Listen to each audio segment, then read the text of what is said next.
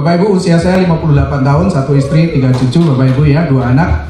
Dan alhamdulillah saya merasa fresh sekali ya. Jujur tahun 2012 saya mulai detox program. Saat itu saya turun berat badan 8 kilo. Dan apa yang saya rasakan waktu itu, kesehatan saya begitu pesat sekali meningkat. Dan penyakit saya, karena saya seorang pengisi suara iklan, saya sering mengalami batuk. Tapi alhamdulillah sejak saat itu belum pernah lagi menderita batuk. Jadi pekerjaan saya lancar, rezeki lancar, saya sehat, gitu ya. Itu setelah 2012 sampai hari ini saya hanya memaintain saja, ya. Apa yang saya maintain, saya minum pasti klorofil setiap pagi bangun tidur, kemudian spirulina 3, dan malam hari saya selalu minum ProArgi-9, ya. Jadi kalau ProArgi-9 udah bilang burung pipi jadi burung Garuda, saya burung Garuda jadi burung Garuda, tapi Garuda yang perkasa sekali, Bapak Ibu, itu luar biasa.